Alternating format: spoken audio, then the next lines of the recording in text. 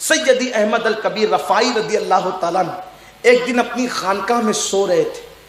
دیکھیے ذرا فکر اولیاء، اولیاء کی فکر. حدیث پاک میں آتا ہے جب تک مخلوق سے پیار نہیں کرو گے خالق کا پیار تمہارے دل میں کبھی پیدا نہیں ہو سکتا. بندوں سے نفرتوں کی بات کرتے رہو، بندوں سے لڑتے رہو اور کہو ہم اللہ سے پیار کرتے، یہ عبث ہے، فضول دعویٰ ہے. جس کے دل میں خدا کا پیار ہوگا، جو اللہ سے محبت کرے گا، اس کی پہچان یہ ہے کہ وہ مخلوق پر باپ سے زیادہ شفیق اور مہربان ہوگا. بلکہ سرکار غوث پاک نے یہی فرمایا کہ اولیاء میں 12 صفت ہوتی ہے. غوث پاک کا فرمان ہے 12 صفت، 2 صفتیں اس میں اللہ کی ہوتی ہے، 2 رسول اللہ کی ہوتی ہے، 2 صدیق اکبر کی ہوتی ہے، 2 فاروق اعظم کی ہوتی ہے، 2 عثمان غنی کی ہوتی ہے، 2 مولا علی کی ہوتی ہے. ایسی 12 صفات جب بندے میں پیدا ہو جائے تب وہ اللہ کا ولی بنتا ہے. تو ان میں سے ایک صفت یہ بھی ہے کہ وہ رسول اللہ کی 2 صفات سے حصہ پاتا ہے کہ جیسے حضور امت پر رفیق اور شفیق تھے، ویسے ولی بھی امت پر رفیق اور شفیق ہوتا ہے، اس کو یہ حصہ ملتا ہے. یہاں تو جھڑکنے کے سوا کوئی کام ہی نہیں، بلکہ بڑی معذرت کے ساتھ ہم مسافے کے لیے ہاتھ بھی مالداروں کے لیے اب مخصوص ہو گئے ہیں. اب غریبوں کا حصہ نہیں رہا مسافے میں. اگر ٹائم نہیں ہے تو بات الگ ہے، طبیعت ساتھ نہیں دے رہی تو بات الگ ہے، لیکن مجمع میں کچھ لوگ محظوظ ہو رہے اور کچھ محروم ہو رہے ہو تو میں نہیں سمجھتا کہ یہ کوئی شفقت ہے. یعنی مسافے بھی فروخت ہو گئے، اب جنازے بھی فروخت ہو گئے.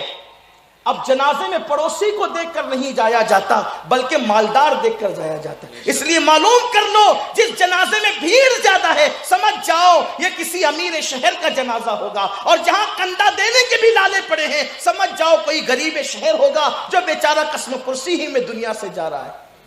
یہ صورتحال ہو گئی ہے.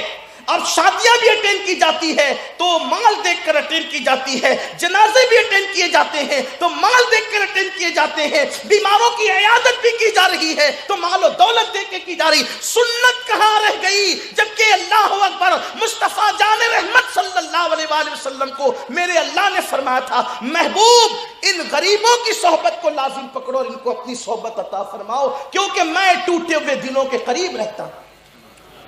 سرکار غوث پاک نے فرمایا تھا، عرض کیا تھا اللہ میں تجھے کہاں ڈھونڈوں؟ تو اللہ نے فرمایا مجھے شکستہ دلوں کے پاس، غریب اور مفلس حالوں کے پاس تلاش کر، میری رحمت کو تو وہیں پہ پا لے گا. کہاں ہے سرکار غریب نواز ایک غریب کسان کے لیے اجمیر معلیٰ سے دلی تک چل کر کے تشریف لے گئے اس کو اس کا حق دلانے کے لیے. کہاں ہے؟ آج ہم نے تو شادیاں، جنازے، عیادتیں، بلکہ خیریت پوچھنا بھی ہم نے تو صرف مالداروں کے ساتھ. اس کا مطلب ہمارے لیے مال ہو گیا، دین کہاں ہے؟ جہاں دین ہوگا دین تو پھر بلال کو بھی یا سیدنا بلال کہہ کر پکارنے پر مجبور کرتا ہے. یہ دین ہے کہ فاروق اعظم جیسا مالدار جب بلال حبشی کو کہتے تھے تو کہتے تھے یا سیدنا بلال، اے میرے سردار بلال. یہ فکر کہاں گئی؟ خدا کے لیے مال و دولت کے معاملات میں مت تقسیم کرو قوم کو، امیری اور غریبی میں مت بانٹو قوم کو. اللہ کے رسول صلی اللہ علیہ وآلہ وسلم نے تو امیر اور غریب کو ایک صف میں کھڑا کر دیا. اقبال جیسا قلندر کہنے لگا کہ ایک ہی صف میں کھڑے ہو گئے محمود و ایاز، نہ کوئی بندہ رہا نہ کوئی بندہ نواز. کہ ولی کتنا مشفق ہوتا ہے اللہ کی مخلوق پر. سید احمد کبیر الرفائی رضی اللہ تعالیٰ بڑی عظیم ہستی ہے. ایک رات اب اپنی خانقاہ میں سو گئے، اس لیے کہ قدیم صوفیہ کا جو جبہ ہوتا تھا عام طور پہ وہ گدڑی اور جبے پہنتے تھے اور اس کی آستین جو تھی وہ قدرے دراز ہوتی تھی، زیادہ چوڑی ہوتی تھی. صوفیہ کے لباس میں ڈھیلا ڈھالا پن زیادہ تھا، اس کی بھی ایک حکمت ہے. تو چوڑی آستین تھی اور آپ جو ہے وہ فجر سے پہلے آپ کی آنکھ لگ گئی، سو رہے تھے. آپ کی آستین پر ایک بلی آ گئی اور وہ سر رکھ کر سو گئی. ولی کی شفقتیں مخلوق خدا پر. میں ابھی انسان کا ذکر نہیں کر رہا ہوں اور انسانوں میں ابھی مسلمانوں کا ذکر بھی نہیں آیا، ابھی جانوروں کا ذکر چل رہا ہے. سید احمد کبیر رفائی آپ کی آستین پر بلی نے سر رکھ کر کے آنکھ بند کر لی، سو گئی۔ فجر کا وقت ہوا۔ اب احمد کبیر رفاعی کے لیے دو چیزیں تھیں، ایک تو فجر کی نماز جو فرض ہے، اور ایک تو بلی کی نیند۔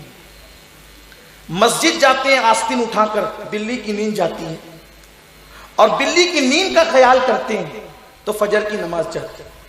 اور فجر کی نماز صوفیہ کے نزدیک اتنی قیمتی ہے کہ خواجہ نصیر الدین چراغ دہلوی فرماتے ہیں اگر 70 سال تک انسان جنگلوں اور پہاڑوں میں مجاہدہ کرتا رہے اور ایک دن جان بوجھ کر فجر کی نماز چھوڑ دے تو اس کے 70 سالوں میں 60-70 سالوں میں جو مجاہدہ کر کے جو اس کو روحانی ترقی ملی ہے وہ سب کے سب واپس ہو جاتی ہے ایک فجر چھوٹنے پر۔ صوفیہ کے نزدیک فجر اتنی اہم عبادت ہے، اتنی اہم، نماز تو ساری اہم ہے لیکن فجر کے لیے ان کے یہاں پر یہ اہتمام ہے۔ اور عصر کی نماز کے لیے صوفیہ فرماتے ہیں کہ عصر کی نماز سالک کے لیے اور اللہ والوں کے لیے عید سے کم نہیں ہوتی، وہ گویا کہ عید کا وقت ہوتا ہے سالکین کے لیے، تو ان کے یہاں اوقات کا بڑا اہم معاملہ ہے۔ تب احمد کبیر رفاعی کے لیے بلی کی نیند ایک طرف اور اللہ کی نماز ایک طرف۔ اب آستین کھینچتے ہیں، بلی کی نیند جا رہی ہے، نہیں کھینچتے تو نماز فجر جاری ہے۔ آپ نے اپنے خادم کو اشارہ کیا اور اشارہ کر کے اس کو فرمایا کہ جاؤ کینچی لے کر کے آؤ۔ خادم کینچی لایا، آپ نے چوڑی آستین تھی اس کو اندر کیا دھیر سے اور اس آستین کو کاٹ دیا۔ اس آستین کو کاٹ دیا تاکہ بلی کی نیند میں خلل نہ ہے، اور آستین کاٹ کر آپ فجر کی نماز کے لیے تشریف لے گئے۔ آپ جانتے ہیں کہ آستین کٹی ہوگی تو ایک چھوٹی اور ایک بڑی ہو گئی ہوگی۔ حضرت احمد کبیر رفاعی جب فجر پڑھ کر کے تشریف لائے، بلی جا چکی تھی، آپ نے پھر سوئی دھاگا منگایا اور اس آستین کو دوبارہ پھر سل لیا۔ کسی خادم نے کہا حضور جبے میں عیب پیدا ہو گیا، فرمایا بیٹا لباس کا عیب یہ کوئی عیب نہیں ہوتا، اصل عیب تو دل کا ہوتا ہے جس سے بندہ اللہ کی بارگاہ میں عذاب میں گرفتار ہو جاتا ہے۔ اگر میں بلی کی نیند خراب کرتا تو قیامت کے دن اللہ کی بارگاہ میں جواب کیا دیتا۔